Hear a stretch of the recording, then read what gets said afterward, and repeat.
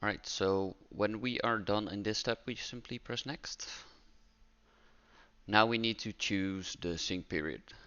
We have put up the right default here, but if you want more information from the past, you can put it on 60 days or from a specific date. And same thing for the future. I will in this case put it on 30 days, but please take note that this is a setup that works dynamically, so we will not create appointments or fetch appointments that are more than 1 year in the future if you use this specific setting. And same thing for the past. For example, if later on you update this wizard to add another resource, then this will still be taken into account. Here we can decide the Outlook status. So if you have planned a service call or a time request or a time off, you can define the right status. In this case, for example, you can do out of office for time off, and the other ones I would recommend to keep it on busy. And this part is about the Outlook classifications or the appointment classifications. So in one of the previous videos we have set up all these subtypes, and now we need to define which keyword to include. For example, here we have national holiday, and if this field contains national holiday, we can do it like this.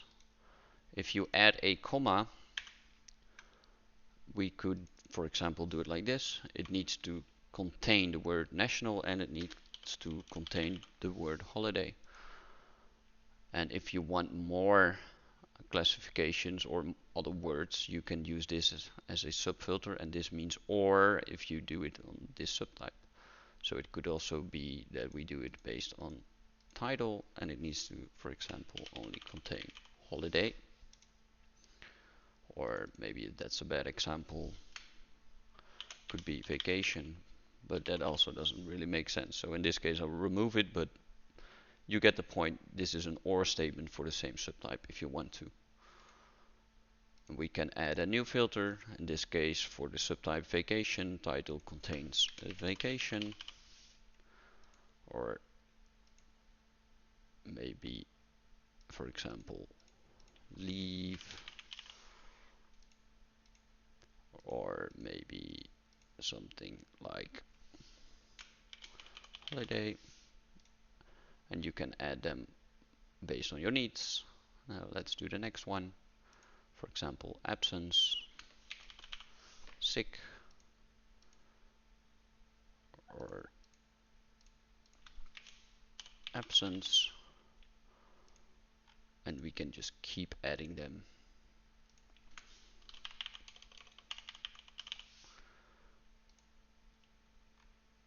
On the fly. And it is really important that you take your time. Maybe you need to revisit this later on, and that is also not an issue. You need to look at how your Outlook is set up, and you can keep adding these subtypes and or keyword filters.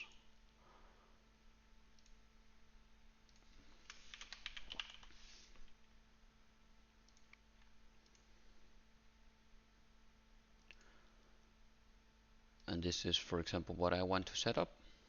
And then you press next. Now we have the appointment layout where we referred to at step 1.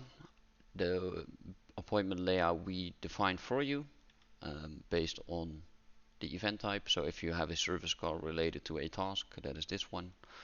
If you have a service call related to a ticket, that's this one. Multiple task tickets, time events or time off, they all have a predefined layout, but if you want to change it, you can simply do it. For example, I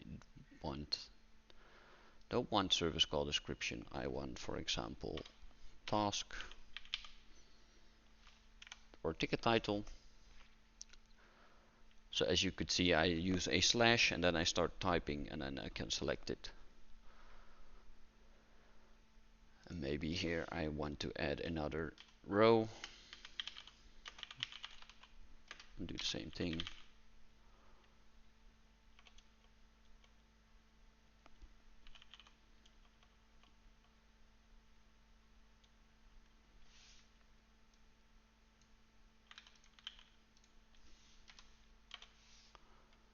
if you want to have specific details, for example, to link to Autotask directly, which is useful in my opinion, because you want engineers to work from Autotask still, and they can then just simply click on this link and then they open Autotask. And for example, this is what you can do, and simply go next. This part is needed because here we need to define which email address is going to be the default for planning people. Even though you might choose resource here, which I will get back to in a few minutes, you still need to set this one up, because if there's any conflict regarding the organizer, if it should be a resource, you still need this as a fallback mechanism. And we cannot skip it, we need this.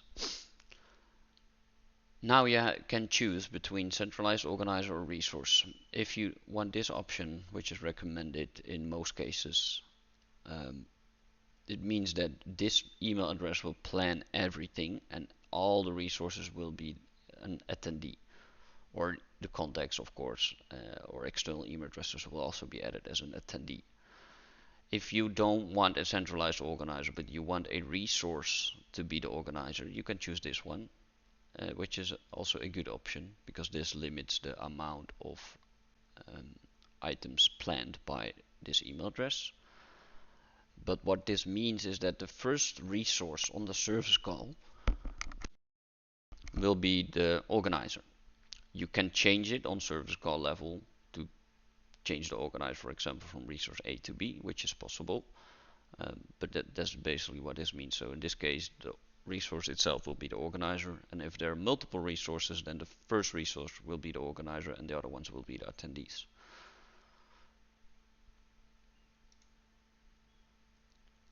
And that is basically it.